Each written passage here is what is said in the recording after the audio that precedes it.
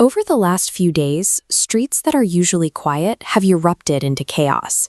Armed security forces are clashing with massive crowds of protesters, leaving dozens dead, and even resulting in a downed military helicopter. This is happening in Pakistan-occupied Kashmir, a region wedged between mainland Pakistan and India. Officially, the Pakistani government refers to this territory as Azad Kashmir, which translates to Free Kashmir. On paper, this region operates as a self-governing state. It has its own prime minister, a separate Supreme Court, and a 53-seat legislative assembly. But that raises an obvious question. If this state is truly self-governing, why are its citizens risking their lives to rebel against the Pakistani state? The current level of violence suggests a deepening friction between the official promise of local autonomy and the reality of how this region is actually being governed. This uprising began in 2023 with a coalition called the Joint Awami Action Committee. They didn't mobilize over politics at first. People took to the streets because they couldn't afford severe electricity price hikes and irregular, expensive wheat supplies.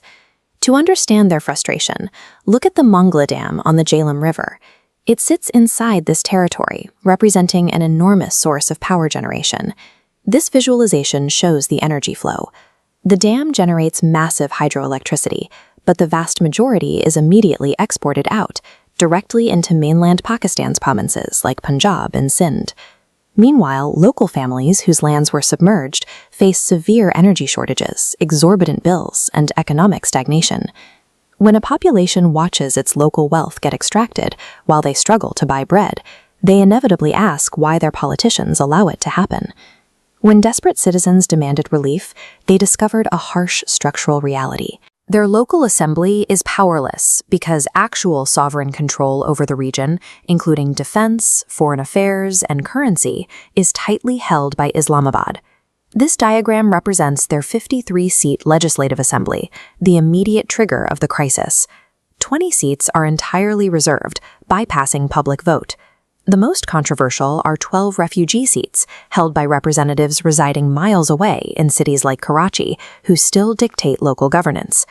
To understand why these seats exist, look back at the aftermath of the 1947 partition and 1948 war, when thousands migrated across newly drawn borders. By granting dedicated political seats to those displaced populations, Islamabad accomplishes two things at once. It retains a reliable proxy voting bloc to control the local assembly, and it artificially keeps the larger Kashmir territorial dispute active for international audiences. Fed up with this arrangement, local citizens recently petitioned the territory's own Supreme Court to abolish these proxy seats. The court refused, ruling that this rigged structure is legally required by their constitution. When a government legally engineers its constitution to prevent any pathway for democratic reform, citizens realize their votes carry no weight. Violent street protests become the only remaining mechanism to force a change. Islamabad responded to these economic grievances with immediate force. Authorities banned the local action committee, charged its leaders under anti-terror and sedition laws, and deployed military units to suppress the demonstrations. That state violence acted as an accelerant. A movement originally focused on the cost of wheat transformed into an outright rejection of Islamabad's authority over the region. Now, this unrest poses an internal contagion threat. Citizens in the neighboring region of Gilgit-Baltistan are watching these protests closely, and they are threatening to mobilize over their own very similar political grievances. By treating complaints about high utility bills as a military threat, the central government accidentally provoked a crisis over its right to rule the territory in the first place. This domestic unrest is also causing severe damage on the world stage. For decades, Pakistan has heavily relied on international platforms like the United Nations to accuse India of suppressing human rights in Kashmir. Now, Indian officials are aggressively pointing back across the border.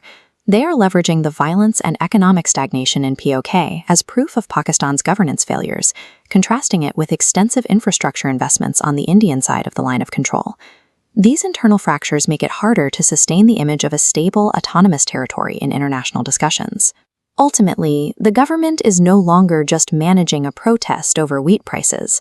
They are facing a movement that is systematically questioning the authority of the system itself.